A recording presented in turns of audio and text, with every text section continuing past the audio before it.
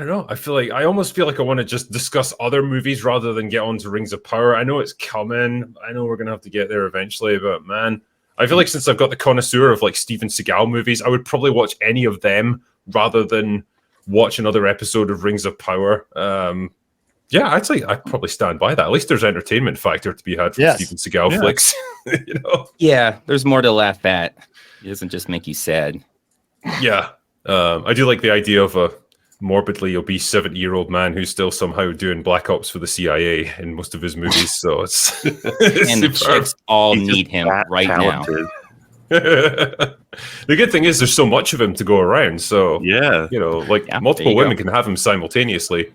He exists in many different time zones. He will not take his clothes off, of course. No. Well, he's nothing compared to this episode's Elf Elite Unit. Man, they were an imposing bunch in this episode. Oh, that away team, yeah. Wait, I think I've got it because I had to go high tech with this one and take a photograph with my of my TV. But it just caught me. Hold on, let's see if we can bring it up here. Yeah, I just thought this perfectly summarizes the Rings of Power. It really does. So we have got a ginger, a token white guy, an East Asian chick, and a black guy. We have a soulless elf. Okay, shame on you for not recognizing X-Ray Girl on all of you, by the way. Yeah, that's true. Yeah. Congratulations for making another show, X-Ray Girl. I just, the moment I saw them, I thought, right, well done. You've ticked every box. The only thing we're missing is a wheelchair-bound elf. Yeah, but why are the costumes so bad? The budget's huge. Yeah.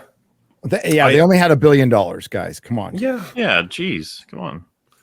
I mean, I thought elves were supposed to be like tall and slender and graceful. Like that guy on the far left there, like, oof. He's been having a few elf puddings. A little too much lambus bread. Yeah. It looks like an away team. It looks like red shirts, elven red shirts. It does. The guy on the right looks like a Vulcan. Yes. Yeah. We don't see him for very long. He gets sucked into the evil cave. Yeah. He does. Yeah. They actually put him in chains. That's true. Galadriel doesn't save him, and then she gets captured, and she's lucky that Elrond is there to save her. I just thought that was funny. Don't you like when he says, "Don't let them get me. Don't let me go." Yeah, don't let me go. That was the one segment where Galadriel doesn't girl boss her way out of it. Like, she actually has to get helped by Elrond, which was frankly shocking to me. It was. That's allowed? Apparently so. Like, you get one per season, I think. Remember, she was the one that said, we absolutely should not go there. And the show made a huge deal about how right she was when she was saying that, when she had nothing to go on other than the ring. The ring's telling me, I'm pretty sure. And it's just like, the ring, fuck it. That's not how rings work. This is it's almost like that. It's the Han Solo thing of like, that's not how the Force works. Like now, it can heal arrow wounds. That shit made me laugh, by the way. Yeah, that was when a bunch of orcs randomly fire arrows into the woods, and it's like, oh, what was that? And then one of the guy just takes one to the gut. That was so funny because the show needs to show us all the shit to make us understand, right? It's like they weren't shooting at the elves. They haven't found the elves. They're just shooting some. There's a horse they were shooting at. Yeah, they're trying to shoot a horse, and they accidentally shot one of the elves. So once they make that perfectly clear, then they edit it such that the elf can now start being in pain. He was like, oh, and then he has to stop and shut up while we understand what just happened because the whole audience is like, what the fuck? There was so much of other characters, even on screen, stopping and waiting for things to happen before they react, including when we get later listen, Galadriel with the ring, pretty fucking powerful. Okay, could wipe out those orcs by herself. Galadriel in this show, which they've reduced and absolutely vandalized this character, is an insufferable girl boss midget who shouldn't be able to beat anything. Isn't running around shooting freaking arrows. It's such it's a vandalization of her character. Like I said in my video, right up there with Luke Skywalker and Han Solo and Indiana Jones. Her needing help is ridiculous, except in the show. Then it makes sense because she's an idiot. She's an absolute idiot. She's responsible for everything. Her arguments are stupid. If they're like, it's a show filled with platitudes, And at the end, when she's fighting all the orcs, there's orcs in the background, like waiting, just for standing her to there. defeat, Oh yeah, that was one of the waiting for her to defeat a bunch so they can just go in and get defeated. legit one of the worst action scenes I think I've ever seen in a show like this. It was so slow, and they were so obviously just waiting for her to get on the horse and get moving, and everyone was standing back politely. And then she's shooting arrows at lanterns that explode like freaking napalm. Was that? That was amazing. I honestly think they were like, we can't have her just going with a sword, and we can't have her shooting arrows. We have to do something crazy. She has to do acrobatics onto a horse and shoot an arrow and then fire up the lantern. And you're just like, what were you thinking? This is all insane. And I don't even believe this scene happening in the first place when she was like, you guys go, I'm gonna stay. And it's like, you could just come with us. It makes no difference at all. And it's like, you know what? We could just kill all the orcs. I feel like the elves could do it. Yeah. And what are you doing? Are you teasing the idea that she might die? Galadriel, who's going to be alive 2,000 years from now? Clearly she's going to be fine. What's the point in doing this? As if anyone would believe she would die, even if this is a completely original story and all we had was this. Nobody would believe she's dying. Yeah. It wasn't even it wasn't even like Tekken, where the people in the background are sort of swaying or shuffling in anticipation of joining the fight or watching it. They're just literally just standing there in a circle, waiting for their opportunity. Yeah. I liked earlier as well in the episode where they come across the bridge that's been destroyed and their way is blocked then, and Elrond looks at it and goes, oh, it was hit by lightning. Lightning. And I thought, the fuck kind of lightning is that? It could blow up an entire bridge. Really? My only sad moment in the show is that there was no tortured metaphor to make me laugh out loud like there has been in the previous ones. Not this time, no, not so much. Can I read you my favorites? There's Sauron used me, and under his hand I was played like a harp, but to a melody not of my choosing. Yes. And then Disa, who says, a rumor is like a songbird. It may sound filling from afar, but up close it's an empty feast. And then the stranger, who says, panic is the fool's meal, would be best to sup on patience. That might be my favorite. So I didn't get one this episode, and I was really bummed out because then I had to watch the episode. There's nothing else to enjoy. So Tolkien. She could eat a lot of songbirds. Yeah, Adisa's. The dwarves might be struggling for food, but she certainly isn't. No, by the looks of things. This episode was at the level of a children's show. That's basically what it was. Yes. Yeah, the whole episode was basically people walk around looking for things. That's what basically all the different story arcs are. Everyone's walking around looking for stuff. Like the two Hobbit things are looking for, civilization, water. Yeah, other Hobbits. Not Gandalf is looking for them. Don Lemonlass and his goofy friend are looking for the kid that's been kidnapped. Galadriel and Elrond are looking for a way to get to Eregion. They're all just traveling through forest and stuff. There's just a lot of walking. They still packed it with dumb shit, like the girl who Isildur's fucking obsessed with when he's been given basically no reason to. They've not built that at all. Well, I thought they were so inept. I sent you a message about this. When you make the show, right, that you have this moment where both of them are sucked into that swamp, which, by the way, was so fucking retarded. I didn't understand what the fuck they wanted me to understand about the situation, I guess. They wanted you to... Well, go on. It just turns out they were eaten by a giant slug, snail, snake thing. Anyway, we're watching her decide, is she going to help them or is she not? And I was sitting there thinking, how could she possibly help? The elf couldn't pull out the man. How is the girl going to pull out the elf and the man? So she's like, here's a fucking branch. Go, guys. I thought it was really funny because I was like, I get it. We're doing the thing where she's going to do a good move and prove that she's actually a good guy. The thing is, they were in its stomach when she did that. So they don't know anything about what she did other than she was scared. Yeah, because they kind of hack, or the elf slices his way out, and they both just kind of explode out of this thing's stomach, and then it waits until they're out, and then kind of slithers back into the mud.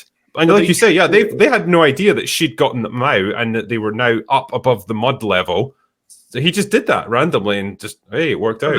They do the thing of they treat it like, we've been through something together, and that's proof of something. And then she has to say, no, I would never be accepted by your people. She pulls the sword. But I was like, no, you can't get to this payoff because neither of you saw her do that. As far as you know, she's still evil. She still tricked you. That's all you've got to go on. What's funny as well is like afterwards when they're having dinner because they're eating this thing as well for some reason. I wouldn't want to eat this fucking thing. It could be Was that poisonous supposed or to be whatever. the heart? You have no idea. I don't know. It's just What like a was big that? chunk of its flesh, and he's just like the world is gnawed by nameless things in the deep, which steals a fucking line from the books, which I despise. One of Because many. it's not the deep places of the world; it's the fucking surface. It's just full of mud. Yeah. But They anyway, wanted you to Tell think us of the more. Watcher in the water. Yeah. Item more. Yeah. But it's later on, right, when they're having dinner and like she's still manacled, and he comes over and he puts a key down on the log next to her. And it's pretty like I think any of us can guarantee, like, or we can understand, right? He's letting her go. She's free to let herself out. And then his Zildor fucking retard boy walks across and he's like, "Is that a key for the manacles?" No, dude, it's like a key to the local McDonald's. What do you think it's for? Oh, he sucks so bad. It's so funny as well because he's like, you know what? I believe in you. Then she pulls his sword on him. I was like, oh, for fuck's sake. The other thing that was jarring about her is that everyone seems to sound like they're from Cornwall, except for her. She sounds like she's just come out of the Rover's Return in Coronation Street, hard Manchester. So it was really strange that. None of the characters will understand their accents in this, or none of the actors will. They're just like, do a generic regional accent from Britain. Which one? Don't know. Whichever one you can manage, basically. I loved as well because so much of this episode is wasted on Nori and what's the other one called? Like Poppy. I only know that because Poppy. you said it Poppy. last stream. You said it so many times it's stuck in my head. Oh, right. Well, and then I forgot it. I must have passed the knowledge on to you. So you're giving it back. You'll forget now. But yeah, Nori and Poppy, right? And then they come across another tribe of hobbits, the Stewars now. And I thought, again, right, this is another opportunity because the Stewars are in like the equivalent of the Middle East. You can have all your diverse actors you want. You've got like, they can all be Middle Eastern actors. That makes sense in universe. Nope, the same fucking stupid generic mix of people. There's white actors, there's East Asians, there's Middle Eastern actors, there's black people. Again, just put into this big old cultural melting pot so that every single with place you Northern go looks European exactly like everywhere else. accents. Of course it does. Yeah. It's middle of the desert. The not Gandalf is even saying they're going to die of heat. Like, yeah, this is where they should have dark skin. 100% makes sense. Yes. Did you guys like when they talked about the Shire? Yes. Yeah. They almost said it. They almost said literally, it was- and I I was mean, just yeah, about they- ready to leave at that point if they did They that. knew. They were like, oh, there's this wonderful place where people like Yeah. us would live in little holes as a family. It'd be amazing. It's like, shut up. Shut Shut up. We're gonna call it the shore. Yeah, let's call it the shore. Is that the dream? And that you're Sadak talking about? Burrows was a prophecy. Mhm. Yeah, and he had a dream. Yeah, it was about the dream. Yeah, of the a guy had Shire. a dream a couple hundred years Dream of ago. spring. We haven't forgotten that shit. It was a dream. But they even had. cool. Did you Yeah. see the little Guy we didn't know. the little flickers of special needs children they had in the thing as well? There were a couple of them. They did the same thing they did in Peter Pan.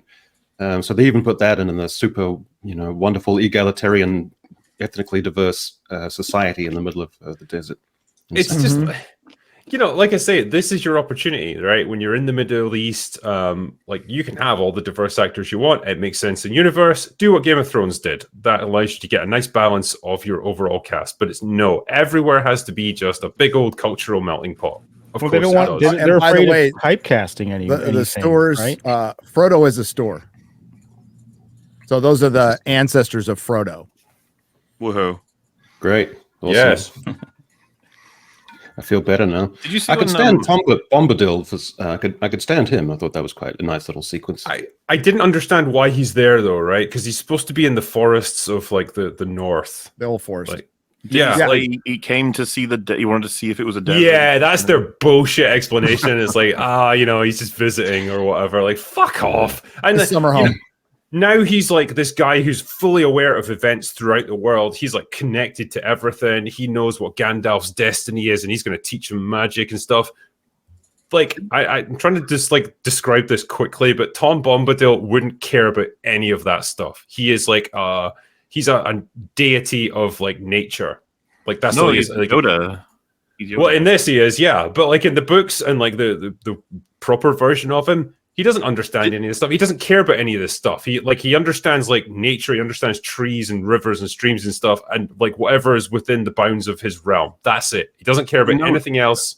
Doesn't Do you notice know how about much anything else. of that scene kind of was just a complete rip of Empire? Like, Yeah. and I'm worried now that we're going to be getting Gandalf riding on the back of Tom Bombadil in the next episode.